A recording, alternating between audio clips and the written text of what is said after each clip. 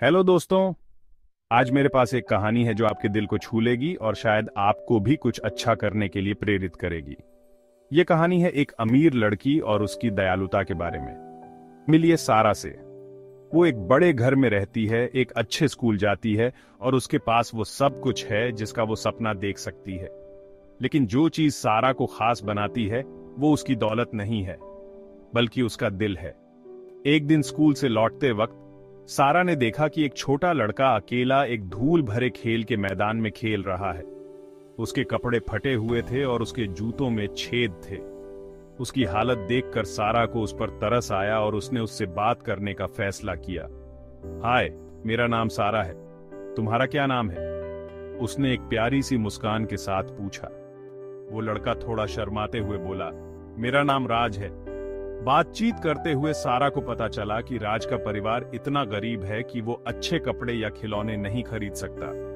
लेकिन इसके बावजूद राज बहुत खुश मिजाज और हमेशा मुस्कुराने वाला लड़का था। अगले कुछ दिनों तक सारा राज और उसकी हालत के बारे में सोचती रही। उसे पता था कि उसे कुछ करना है, तो उसने एक प्लान बनाया। उसने अपने पुराने खिलौने, कपड़े और थोड़े से पैसे इकट्ठे किए। लेकिन वो यहीं नहीं रुकी।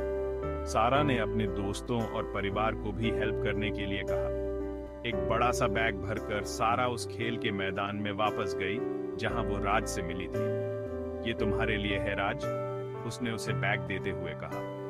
राज की आंखें खुशी और हैरानी से चमक उठी।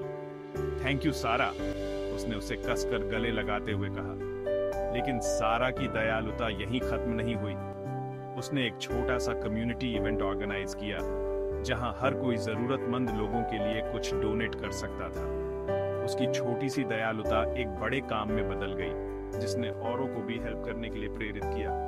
सारा और राज की ये कहानी हमें याद दिलाती है कि दयालुता की कोई सीमा नहीं होती। इससे कोई फर्क नहीं पड़ता कि आपके पास कितना है, फर्क इस बात से पड़ता है कि आपका दिल कितना बड़ा है।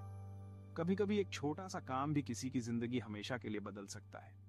तो अगर आपको कभी किसी की हेल्प करने का मौका मिले तो जरूर करें, क्योंकि दयालुता एक अच्छी बीमारी की तरह फैलती है और आपको पता भी नहीं चलेगा कि आप किसकी जिंदगी बदल रहे हैं। मेरी बात सुनने के लिए शुक्रिया, और याद रखिए, बात इस बात की नहीं है कि आपके पास क्या है, बल्कि इस बात की है कि आप क्या देते हैं। दयालु बने रहिए और अगली बार फिर मिलेंगे।